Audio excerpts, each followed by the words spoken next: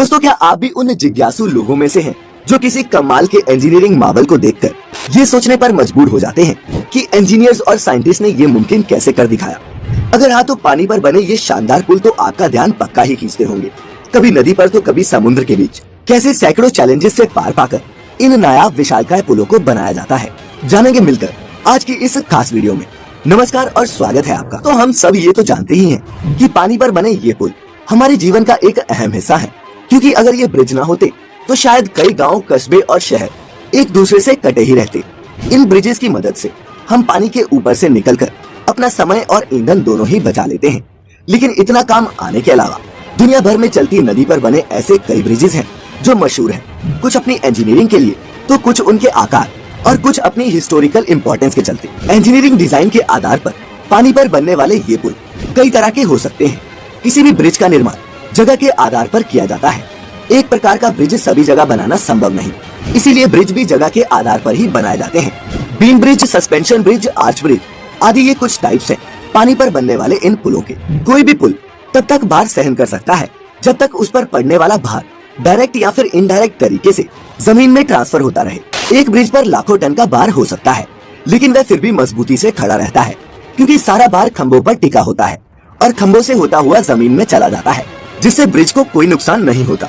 लेकिन दोस्तों, पानी पर बनने वाले किसी भी ब्रिज की सबसे बड़ी चुनौतियों में उसकी फाउंडेशन बनाना ही होता है।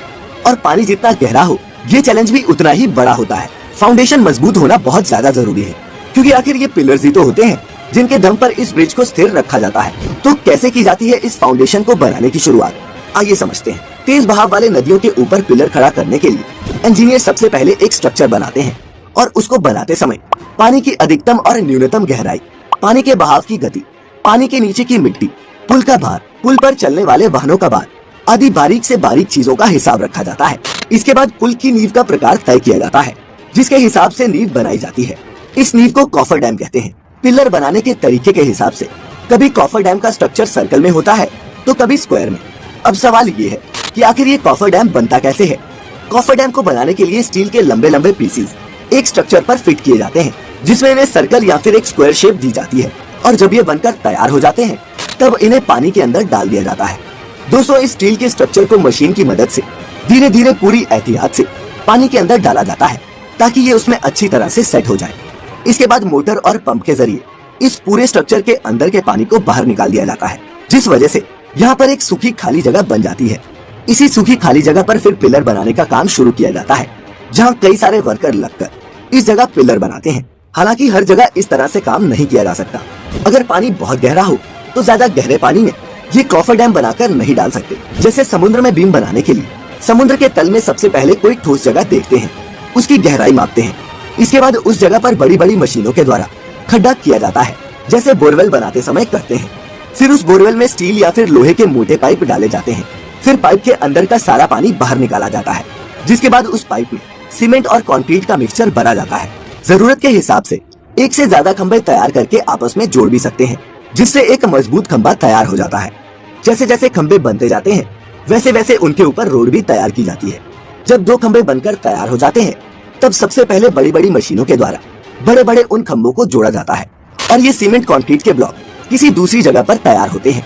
ब्रिज का आधा काम बाहर कारखाने में किया जाता है और आधा काम समुद्र या नदी जहाँ पर पुल बनाया जा रहा हो वहाँ।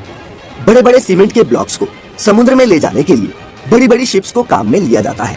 वहाँ पहुँचने के बाद क्रेन के द्वारा इन ब्लॉक्स को ऊपर उठाया जाता है और फिर स्टेप बाय स्टेप ब्रिज का निर्माण किया जाता है।